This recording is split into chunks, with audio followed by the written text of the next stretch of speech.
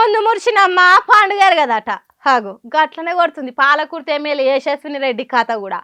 ఏంది పిల్ల పుసుక్కున్నాక అంత మాట అన్నావు అని చూస్తుర్రా. మరి ఆ అత్త కోడల గురించి వస్తున్న పుకార్లు గసోంటి. అక్కడి సీనియర్ కాంగ్రెస్ నేతలు అంతా ఒక్కటై ఈ అత్త కోడలను పక్కకు పెడదామని ప్లానింగ్ లేస్తురట. ఇప్పుడు వస్తున్న సర్పంచ్ ఎలక్షన్లప్పుడు ఈ ఎమ్మెల్యేతోని మనకు అసలు ఏం అవసరం లేదు, వీళ్ళని పక్కకు పెట్టి మన తరపు అభ్యర్థులని నిలబెడదామని తొర్రూరు మార్కెట్ కమిటీ చైర్మన్ ఆధ్వర్యంలో భేటీ అయ్యారట కాంగ్రెస్ సీనియర్ నేతలంతా. మన ఎమ్మెల్యేని నమ్ముకొని వాళ్ళ అత్త ఝాన్సీ పెత్తనంతో పోటీకి దిగితే మాత్రం మనకు అసలు డిపాజిట్లు కూడా రావు. కాబట్టి ఈ ఝాన్సీ రెడ్డి మీద ఎమ్మెల్యే మీద పార్టీ ఇన్ఛార్జి మీనాక్షి నటరాజన్కు అటు సీఎం రేవంత్ రెడ్డిలకు కలిసి ఫిర్యాదు ఎన్నిక రెడీ అవుతురట అసలైన కాంగ్రెస్ నేతలు. అంతేకాదు 2 దినాలల్లా గాంధీ భవన్కు పోవాలని ఏకగ్రీవ తీర్మానం కూడా చేసుకురట అంతా.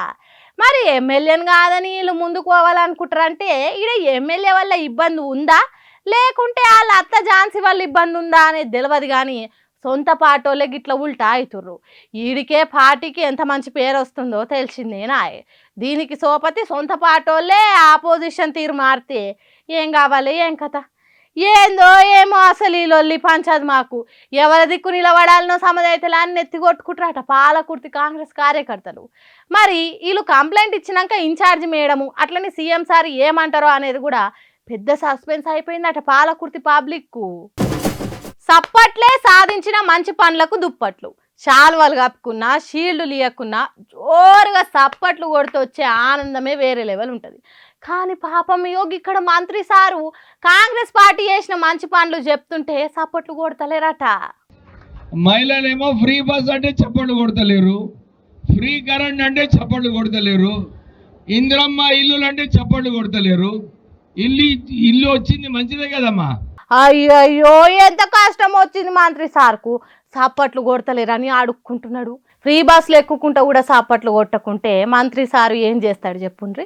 బస్సులు ఎక్కుకుంటా ఇందిరమ్మ ఇండ్లు తీసుకుంటా సప్పట్లు కొట్టకపోతే మనసు ఎంత కలుక్కుమంటదో మంత్రి సార్కే తెలుస్తుంది. పాపం ఎంత బాధపడ్డాడో ఏమో. మీ అందరికీ కూడా రుణమాఫీ చేసినారు 2 లక్షల వరకు.